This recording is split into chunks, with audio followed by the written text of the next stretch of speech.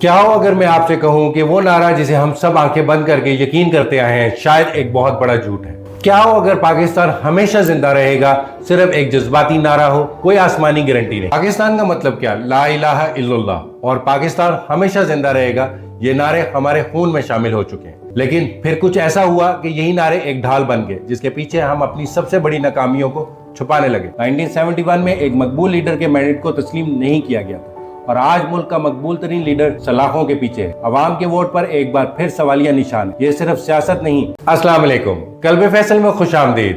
Video کو شروع کرنے سے پہلے چینل کو سبسکرائب کر لیں تاکہ فیصل کے قلب کی آواز آپ تک بر وقت پہنچ سکے۔ کیا ہو اگر میں آپ سے کہوں کہ وہ نعرہ جسے ہم سب آنکھیں بند کر کے یقین کرتے آئے ہیں شاید ایک بہت بڑا جھوٹ ہے۔ کیا ہو اگر پاکستان ہمیشہ زندہ رہے گا صرف ایک جذباتی نعرہ ہو، کوئی آسمانی گارنٹی نہیں۔ کیا ہو اگر ہمیں یہی بات مضبوط کرنے کی بجائے اندر سے تباہی کی طرف دھکیل رہی ہو؟ ہمیں ہماری تاریخ 1971 خاص طور پر ایک خوفناک سبق سکھاتی ہے جسے ہم نے بھلا دیا ہے۔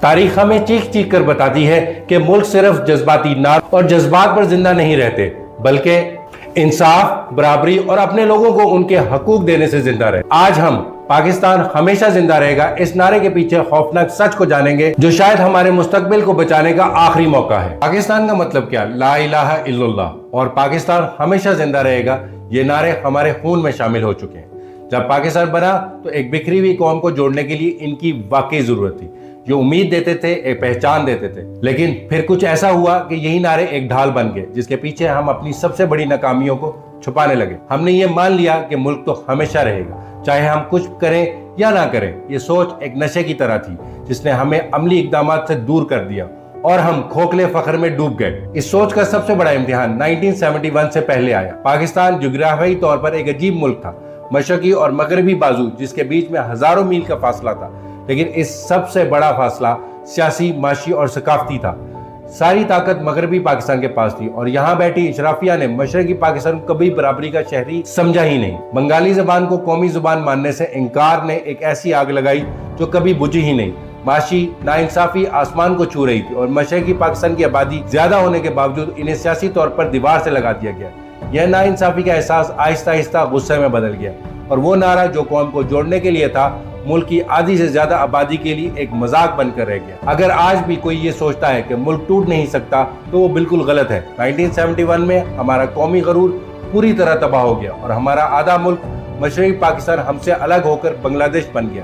یہ کوئی اچانک ہونے والا حادثہ نہیں تھا، یہ ان بڑی غلطیوں کا نتیجہ تھا جو ہم سالوں سے کر رہے تھے۔ اس تباہی کی بنیاد 1970 کے انتخابات کے نتائج کو ماننے سے انکار پر رکھی گئی۔ شیخ مجیب الرحمان کی عوامی لیگ نے الیکشن میں واضح اکثریت حاصل کر لی تھی جس کا مطلب تھا کہ اقتدار مشرقی پاکستان کو ملنا چاہیے، لیکن مغربی پاکستان کی لیڈرشپ نے یہ فیصلہ ماننے سے انکار کر دیا۔ ذوالفقار علی بھٹو کا نعرہ ادھر ہم ادھر تم اس تقسیم کا کھلا اعلان تھا۔ جب لوگوں کے ووٹ کو عزت کرنے کی بجائے طاقت کا استعمال کیا گیا اور 25 مارچ 1971 کو آپریشن سرچ لائٹ شروع ہوا تو ملک خانہ جنگی کی آگ میں جل اٹھا جو 9 مہینے تک جاری رہی۔ یہ صرف ایک سیاسی ناکامی نہیں تھی، یہ ایک انسانی المیہ تھا۔ لاکھوں جانیں گئیں اور کروڑوں لوگ بے گھر ہوئے۔ بھارت نے اس موقع کا پورا فائدہ اٹھایا اور علیحدگی پسندوں کی مدد کی جس کے نتیجے میں دسمبر 1971 میں جنگ چھڑ گئی اور صرف 13 دنوں کے اندر 16 دسمبر 1971 کو ڈھاکہ میں 93,000 پاکستانی فوجیوں نے ہتھیار ڈال دیے۔ یہ صرف ایک فوجی شکست نہیں تھی، یہ اس نظریے کی مکمل تباہی تھی کہ کوئی ملک صرف نعروں یا مذہب کے نام پر چل سکتا ہے۔ 1971 نے ہمیں سکھایا کہ ملک فوج سے نہیں انصاف سے چلتے ہیں۔ جب آپ اپنے ہی لوگوں کو ان کے حقوق دیتے ہیں تو دنیا کا کوئی نعرہ اسے ٹوٹنے سے نہیں بچا سکتا۔ تو سب سے بڑا سوال یہ ہے کہ ہم نے 1971 میں کچھ سیکھا؟ ہم آج کے پاکستان کو دیکھتے ہیں تو خوفناک حد تک وہی نشانیاں نظر آتی ہیں جو ماضی میں تھی۔ پہلی اور سب سے خطرناک چیز سیاسی عدم استحکام اور عوام کے ووٹ کی بے حرمتی۔ 1971 میں عوام کی اکثریتی مینڈیٹ کو تسلیم نہیں کیا گیا اور آج بھی اقتدار کی جنگ میں عوام کی رائے سے زیادہ اہم لگتی ہے۔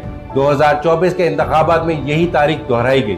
ملک کے سب سے مقبول رہنما عمران خان کو جیل میں ڈال دیا گیا اور ان کی پارٹی کا انتخابی نشان چھین لیا گیا اور مبینہ طور پر دھاندلی کے ذریعے عوامی فیصلے کو پامال کیا گیا۔ ان سیاسی لڑائیوں میں عدم استحکام نے ملک کی معیشت کو بالکل تباہ کر دیا۔ دوسری بڑی نشانی معاشی ناانصافی۔ جیسے مشرقی پاکستان معاشی بدحالی کا شکار تھا، آج ویسے ہی احساس محرومی بلوچستان اور دوسرے چھوٹے صوبوں میں ہیں۔ جب ایک علاقے کے لوگ دیکھتے ہیں کہ ان کے وسائل ان پر خرچ نہیں ہو رہے تو وہی تقسیم پیدا ہوتی ہے جو 1971 میں ہوئی تھی۔ ملک تاریخ کے بدترین معاشی بحران میں ہے، قرضوں کا پہاڑ ہے اور مہنگائی نے عام آدمی کی کمر توڑ دی ہے۔ اور تیسری سب سے خطرناک بات یہ ہے کہ ہم آج بھی سچ کا سامنا کرنے کی بجائے حب الوطنی کے نعروں میں چھپ جاتے ہیں۔ جب ملک ڈوب رہا ہوتا ہے تو ہم کہتے ہیں سب ٹھیک ہو جائے گا۔ یہ رویہ ہمیں مسائل حل کرنے سے روکتا ہے اور ہم موجزوں کا انتظار کرتے رہتے ہیں۔ یہ وہی سوچ ہے جس نے 1971 میں اندھا کر دیا تھا، اور آج بھی یہ ہمیں ہماری بیماریوں کی جڑ تک پہنچنے نہیں دیتی۔ ہم بالکل وہی غلطیاں دہرا رہے ہیں جن کی قیمت ہم ایک بار پہلے چکا چکے۔ تو ہم اس صورتحال کو کیسے ٹھیک کریں؟ کیا سب کچھ ختم ہو چکا ہے؟ بالکل نہیں، لیکن اس کے لیے ہمیں اپنی سوچ بدلنی ہوگی۔ ملک کو بچانے کا راز کھوکھلے نعروں میں نہیں بلکہ ٹھوس کاموں میں ہے۔ پاکستان کی سب سے بڑی طاقت آپ لوگ ہیں، نوجوان نسل۔ ہماری 65% سے زیادہ آبادی 30 سال سے کم نوجوانوں کی ہے، اور یہی اس ملک کو بدل سکتی، لیکن تب جب انہیں ایک موقع دیا جائے۔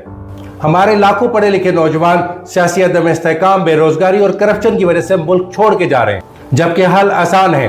ہمیں اپنے لاکھوں نوجوانوں کو وہ ہنر سکھانے ہوں گے جس سے وہ پیسہ کما سکیں۔ ہمیں اپنے تعلیمی نظام کو بدلنا ہوگا تاکہ نوجوان صرف ڈگریاں نہ لیں بلکہ آئی ٹی، فری لانسنگ اور ڈیجیٹل مارکیٹنگ جیسے آج کی دنیا کے ہنر سیکھ سکیں۔ ہمیں ایسے پلیٹ فارم بنانے ہوں گے جہاں یہ نوجوان ہنر سیکھ کر نہ صرف اپنے لیے پیسہ کما سکے بلکہ ملک کے لیے بھی ڈالر لا سکے۔ اور اس کے ساتھ ساتھ ہمیں اپنی زراعت میں بھی انقلاب لانا ہوگا۔ آج بھی ہم کھیتی باڑی پرانے طریقوں سے کر رہے ہیں، اور کسان کو جدید ٹیکنالوجی، ڈرون فارمنگ جیسی چیزوں کو زراعت میں استعمال کرنا ہوگا تاکہ ہماری پیداوار آسمان کو چھوئے اور ہم پوری دنیا کو اپنی فصلیں بیچ سکیں۔ لیکن یہ سب تب تک ناممکن ہے جب تک ہم اپنی ذمہ داری پوری نہ کریں۔ کرپشن کے خلاف آواز اٹھانا ہر ایک کا فرض ہے۔ نوجوانوں کو سیاست کو سمجھنا ہوگا تاکہ وہ صرف ووٹ بینک پر اثر نہ ڈالیں بلکہ پالیسیوں پر اثر ڈالیں۔ آخر میں پاکستان ہمیشہ زندہ رہے گا ایک دعا تو ہو سکتی ہے، لیکن یہ کوئی جادوئی منتر نہیں جو خود بخود کام کرے۔ ملکوں کو زندہ رکھنا پڑتا ہے، انہیں انصاف، برابری اور اعتماد سے سینچنا پڑتا ہے۔ 1971 کا سبق بالکل صاف ہے، جب ریاست اور عوام کے بیچ اعتماد ختم ہو جاتا ہے تو سرحدیں صرف لکیریں رہ جاتی۔ پاکستان کا مستقبل حکومتوں کے ہاتھ میں نہیں بلکہ آپ اور میرے جیسے عام لوگوں کے ہاتھ میں۔ اس کی ضمانت ہماری سوچ، ہماری محنت اور انصاف کے لیے ہماری آواز میں ہے۔ 1971 کا سبق بالکل صاف ہے، جب ریاست عوام کے ووٹ اور ان کے منتخب لیڈر کی عزت نہیں کرتی، جب عوام کا مینڈیٹ چوری ہوتا ہے تو ملک ٹوٹ جاتے ہیں۔ آج تاریخ خود کو دہرا رہی۔ 1971 میں ایک مقبول لیڈر کے مینڈیٹ کو تسلیم نہیں کیا گیا تھا، اور آج ملک کا مقبول ترین لیڈر سلاخوں کے پیچھے ہے۔ عوام کے ووٹ پر ایک بار پھر سوالیہ نشان ہے۔ یہ صرف سیاست نہیں، یہ پاکستان کے مستقبل کا سوال ہے۔ پاکستان کا مستقبل حکومتوں کے ہاتھ میں نہیں بلکہ آپ اور میرے جیسے تمام لوگوں کے ہاتھ میں۔ اس کی ضمانت ہماری سوچ، ہماری محنت اور انصاف کے لیے ہماری آواز میں ہے۔ چیلنج میں آپ کو دیتا ہوں، ہمیں 1971 سے وہ کون سا سب سے بڑا سبق سیکھنا چاہیے جس سے ہمارا مستقبل ہمیشہ کے لیے محفوظ رہ سکے؟ مجھے آپ سب کا جواب نیچے کمنٹس میں چاہیے۔ آئیے مل کر اس مسئلے کا حل تلاش کریں۔ ویڈیو پسند آئے تو لائک کریں، چینل کو سبسکرائب کریں۔ جزاک اللہ خیر۔